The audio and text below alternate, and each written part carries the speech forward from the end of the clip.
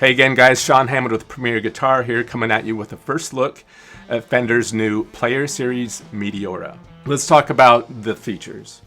The body is alder, the neck and fretboard are maple, the fretboard radius is 12 inches, 22 medium jumbo frets, the edges of the fretboard are rounded off, so it's a really nice playing experience. Same up by the nut, corners are rounded off.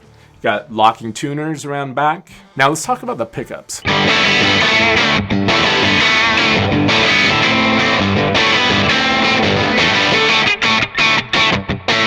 They sound great with heavy distortion and stuff.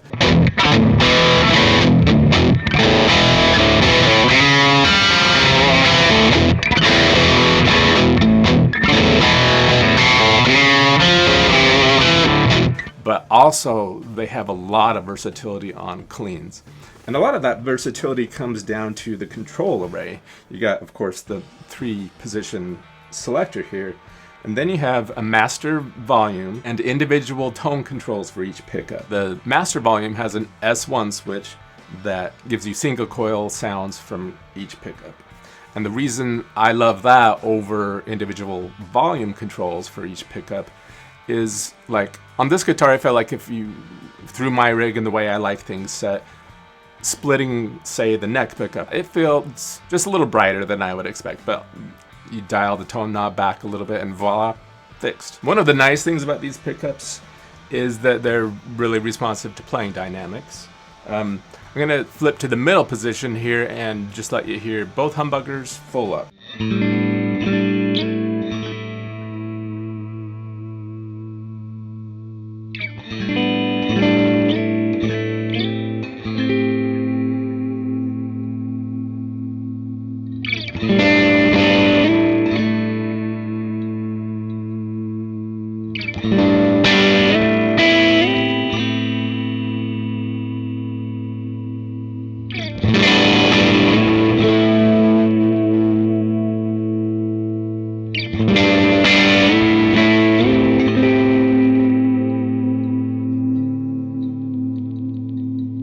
Now let's split those.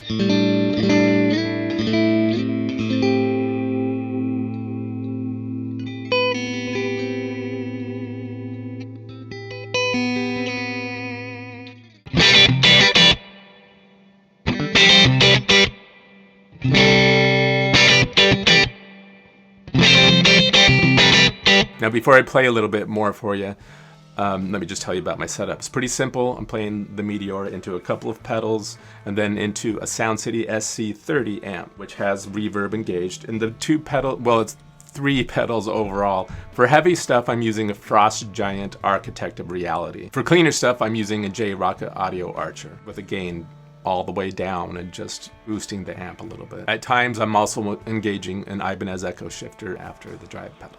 The tremolo, I remember going back to the first time I saw the Meteora shape, I was like, as a big Jazzmaster and Jaguar fan, I was like, that's sweet. It would probably be even cooler with a Jazzmaster tremolo. But I get why Fender didn't do that here, because again, if you're going for a modernization or an evolution of the whole offset thing, there are a lot of people who feel like Jazzmaster, Jaguar tremolos are a pain in the ass. They can be at first. Get them dialed in. They're not really. Mine stay in tune wonderfully and I love them. But I get why Fender would just want to avoid that whole issue and put something that's perceived as more modern and less maintenance. So it's got a 2-point Strat style tremolo here and it works really well.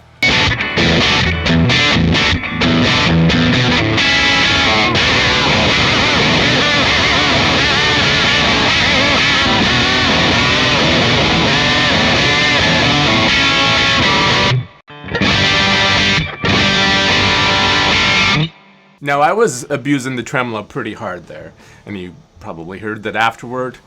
It was a little out of tune, and that I don't think that's unusual at all for a Strat trem, or really any trem. Like I've got Floyd Rose equipped guitars back here, and you know, if they're set up really good, they might stay in tune after heavy use. They might go out a little bit. So locking tuners are nice to have, not necessarily a panacea for avoiding any tuning problems. So let's listen to the neck pickup, full humbucker mode.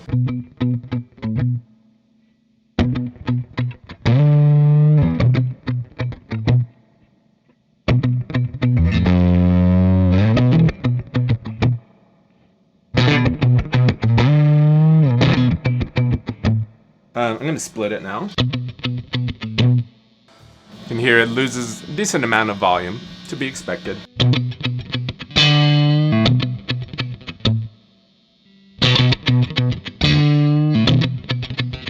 Why don't we try the neck pickup full humbucker mode with a bunch of dirt?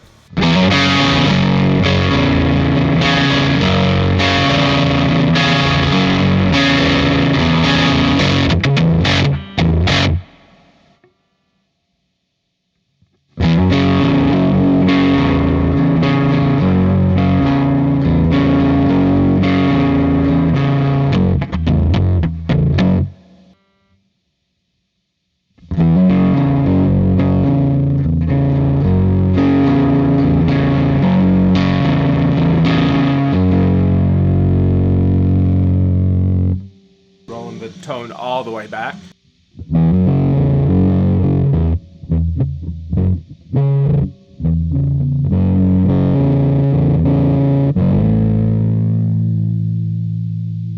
gonna split the coil now. Neck position.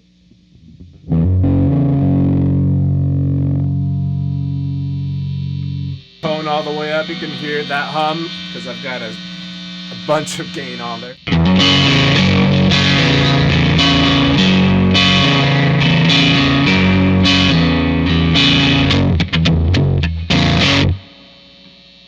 Dial the tone back a little bit, it's a little crispy.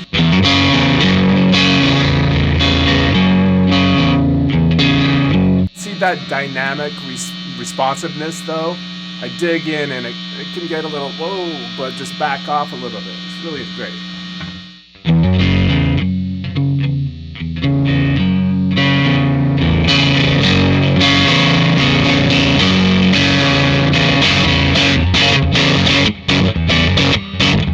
All right, let me bring the tone down a little bit in single coil mode on the neck pickup.